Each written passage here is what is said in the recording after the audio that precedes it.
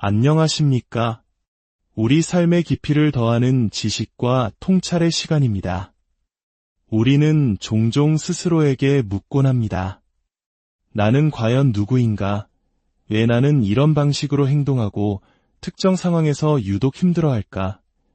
이 질문의 답은 놀랍게도 우리가 기억하지 못하는 아주 먼 과거, 바로 우리의 어린 시절에 숨겨져 있을 때가 많습니다. 오늘 우리는 한 의사이자 작가의 깊은 통찰을 통해 우리 내면에 새겨진 보이지 않는 상처, 즉 트라우마의 본질과 그것이 우리의 삶을 어떻게 조각하는지에 대한 여정을 떠나보려 합니다. 그 주인공은 바로 가보르 마테 박사입니다. 그는 단순한 의사가 아닙니다. 그의 삶 자체가 거대한 트라우마의 증거이자 그것을 극복해낸 희망의 상징이기 때문입니다. 1944년 나치가 점령한 헝가리 부다페스트의 한 유대인 가정에서 태어난 그는 태어난 지 불과 몇 주 만에 조부모님을 아우슈비츠에서 잃었습니다. 그의 아버지는 강제 노동 수용소로 끌려갔고 생후 1년이 채 되지 않았을 때 그의 어머니는 아들의 목숨을 구하기 위해 5주 동안 그를 낯선 이의 손에 맡겨야 했습니다. 기적적으로 다시 만난 어머니를 아기 가보르는 알아보지 못하고 외면했다고 합니다. 이 짧지만 강렬했던 이별의 경험은 그의 영혼의 깊은 버림받음의 상처와 절망감을 남겼고 이 상처는 평생에 걸쳐 그의 인간관계를 지배하는 그림자가 되었습니다.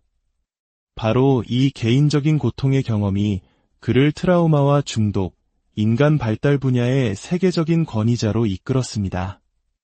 그의 이야기는 그래서 더 깊은 울림을 줍니다.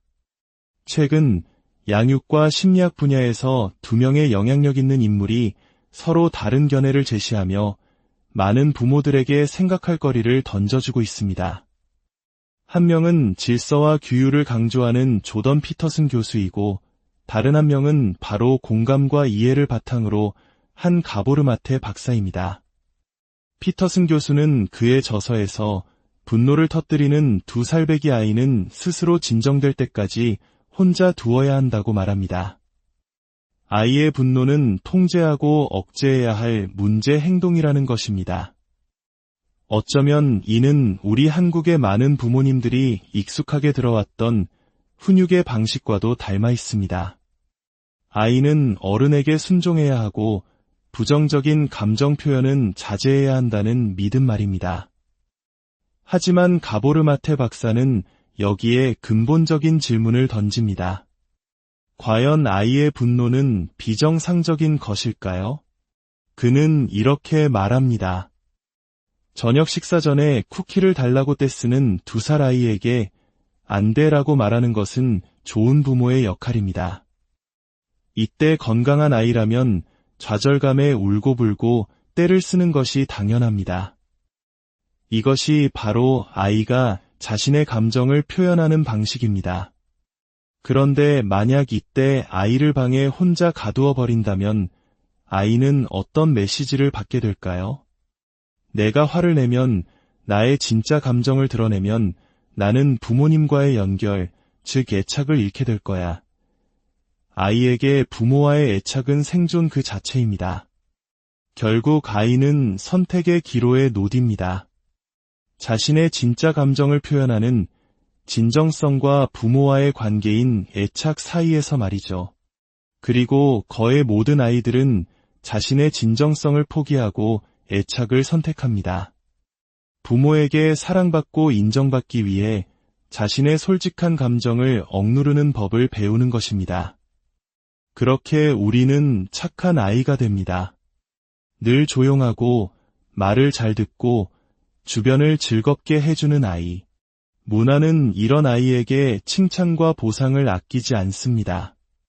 어쩜 저렇게 착할까? 참 예쁜 딸이네요. 하지만 그 보상의 대가는 무엇일까요? 바로 자기 자신을 잃어버리는 것입니다. 우리는 타인에게 받아들여지기 위해 스스로를 포기합니다. 그렇게 어른이 되어 문득 깨닫게 됩니다.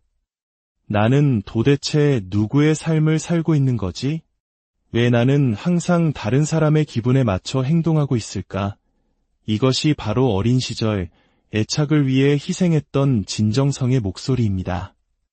30대, 40대가 되어 진정한 나를 찾기 위한 힘겨운 여정을 시작하는 많은 이들의 모습은 결코 우연이 아닙니다.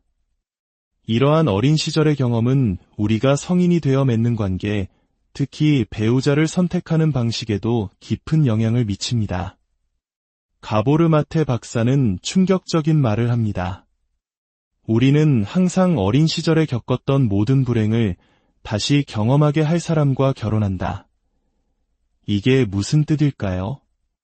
우리는 두 가지 차원에서 파트너를 선택합니다. 의식적인 차원에서는 그 사람의 매력, 유머 감각, 공통의 관심사에 끌립니다. 하지만 무의식의 깊은 곳에서는 또 다른 작업이 이루어집니다. 바로 어린 시절에 부모로부터 받지 못했던 사랑을 되찾으려는 갈망입니다.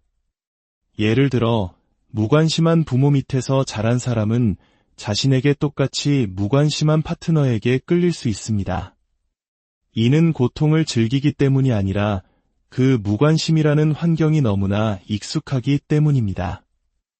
그리고 무의식적으로는 이번에야말로 이 사람을 변화시켜 내가 원했던 사랑을 얻어내겠어라는 불가능한 임무에 도전하는 것입니다.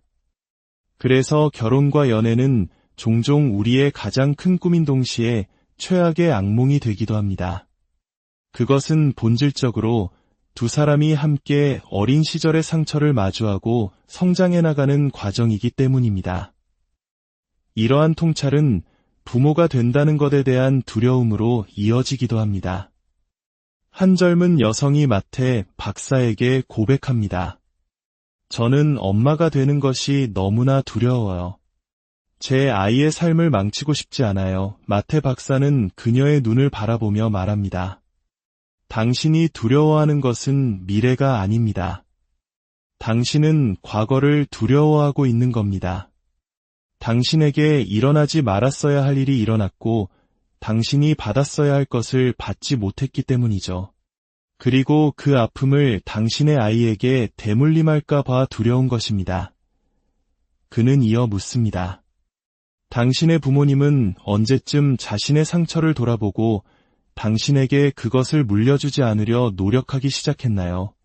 여자는 대답합니다. 저는 34살이고 부모님은 아마 이제 막 시작하신 것 같아요. 마테 박사는 말합니다. 만약 당신의 어머니가 당신이 태어나기 전에 지금 당신이 저에게 한 것과 똑같은 질문을 스스로에게 던졌다면 당신의 삶은 어땠을까요? 그녀는 눈물을 글썽이며 답합니다. 모든 것이 달라졌을 거예요. 그러자 마테 박사는 따뜻한 위로를 건넵니다. 보세요. 당신은 이미 당신의 태어나지 않은 아이에게 그 선물을 주었습니다. 당신이 지금 이 순간 자신의 상처를 돌아보고 더 나은 부모가 되기 위해 고민하고 있다는 사실 자체가 대물림의 고리를 끊는 위대한 첫걸음입니다. 그러니 아무것도 걱정하지 마세요. 이는 우리 모두에게 깊은 위안을 줍니다. 완벽한 부모는 없습니다. 하지만 자신의 상처를 인식하고 그것을 자녀에게 대물림하지 않으려 노력하는 것만으로도 우리는 이미 충분히 좋은 부모가 될 수 있습니다. 마지막으로 가보르 마테 박사는 트라우마라는 단어 자체에 대한 우리의 이해를 완전히 뒤바꿔 놓습니다. 많은 사람들이 트라우마를 끔찍한 사건 그 자체라고 생각합니다. 하지만 그는 트라우마의 본질은 사건이 아니라 그 사건을 겪을 때 느꼈던 혼자라는 느낌, 즉 고립감에 있다고 말합니다. 한 여성이 어린 시절 겪었던 끔찍한 성적 학대에 대해 이야기합니다. 마테 박사는 그녀에게 묻습니다. 그 일이 일어났을 때 왜 아무에게도 말하지 않았나요? 그녀는 잠시 생각하더니 대답합니다. 부모님께 말하는 것이 안전하다고 느끼지 못했어요. 마테 박사는 설명합니다. 바로 그것이 진짜 트라우마입니다. 끔찍한 사건이 일어나기 이전부터 당신은 이미 혼자였습니다. 당신의 마음속에는 무슨 일이 생겨도 나를 지켜주고 내 편이 되어줄 사람이 있다는 안전기지가 없었던 것입니다. 가해자들은 거의 본능적으로 누가 보호받고 있고 누가 취약한지 알아챕니다. 물론 그 사건은 끔찍한 트라우마가 맞습니다. 하지만 당신이 그토록 혼자였기 때문에 그 상처가 훨씬 더 깊고 거대해진 것입니다. 이 설명은 마치 망치로 머리를 맞은 듯한 충격을 줍니다. 트라우마는 외부에서 온 충격이 아니라 내부에 생긴 상처이며 그 상처는 관계의 부재에서 비롯된다는 것입니다. 우리가 아이에게 줄 수 있는 가장 큰 선물은 완벽한 환경이 아니라 무슨 일이 있어도 나는 내 편이야. 너는 혼자가 아니야 라는 흔들리지 않는 믿음과 안전한 애착 관계인 것입니다. 이처럼 우리 모두는 더 나은 어른, 더 나은 부모가 되기 위한 각자의 여정에 있습니다. 오늘 이 이야기가 당신의 마음에 깊은 울림을 주었다면 구독과 좋아요를 통해 이 여정에 함께하고 있다는 마음을 표현해 주세요. 당신의 작은 응원 하나하나가 저희가 더 깊이 있는 이야기를 만들어 나가는데 큰 힘이 됩니다. 가보르마테 박사는 우리에게 마지막으로 3가지 조언을 남깁니다. 첫째, 모든 것의 실체를 보세요. 겉모습에 속지 마세요. 둘째, 자신의 고통을 두려워하지 마세요. 그것으로부터 도망치지 마세요. 고통으로부터 도망치려는 시도가 바로 중독과 질병으로 이어집니다. 셋째, 그 모든 고통을 마주하는 과정은 충분히 가치 있는 일입니다. 살아있다는 것은 그 자체로 의미가 있기 때문입니다.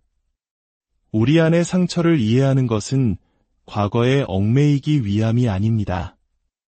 오히려 과거로부터 자유로워져 진정한 나 자신으로 살아갈 힘을 얻기 위함입니다.